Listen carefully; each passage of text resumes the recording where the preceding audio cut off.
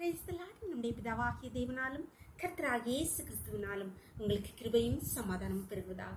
நாளின் கூட நமக்கு ஜீவனை தந்ததும் இல்லாமல் தயவு பாராட்டினார்களவா அவரை துதிக்கலாமா? என்னை உருவாக்கினீர் உந்தன் வார்த்தையால், என்னை உருவாக்கினீர் உந்தன் வார்த்தையால், என்னை உயிர்ப்பித்ததும் உந்தன் வார்த்தையால், என்னை ஆற்றினீர் தேற்றினீர் வார்த்தையால், என்னை தாங்கினீர் சுமந்தே வார்த்தையால். வார்த்தையானவரே, ஆதியில் இருந்தவரே, எனக்காய் வந்தவரே, எல்லாம் தருபவரே. வார்த்தையானவரே, நீர் செய்வதை யாரால் தடுத்திடக்கூடும்? நீர் சொன்னதை யாரால் எதிர்த்திடக்கூடும்?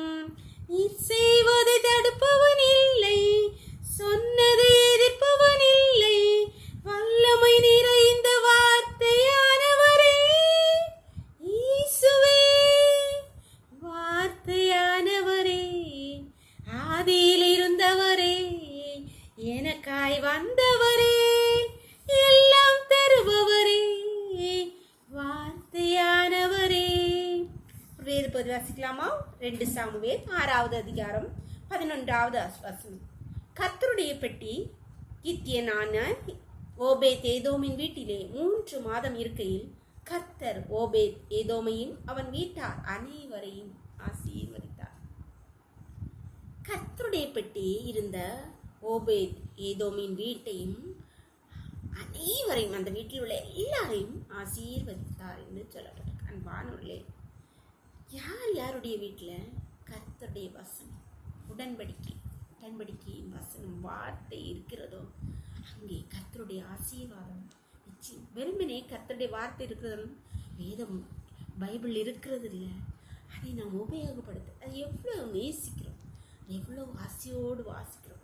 இது கர்த்தருடைய வாசனம், அவர் என்னோடு பேசின வார்த்தைகள், எனக்காக சொன்ன வார்த்தைகள் என்று எவ்வளோ ஆசையாய் அதை நேசிக்கிறோம், எவ்வளோ வாசிக்கிறோம், அதை தியானிக்கிறோம்.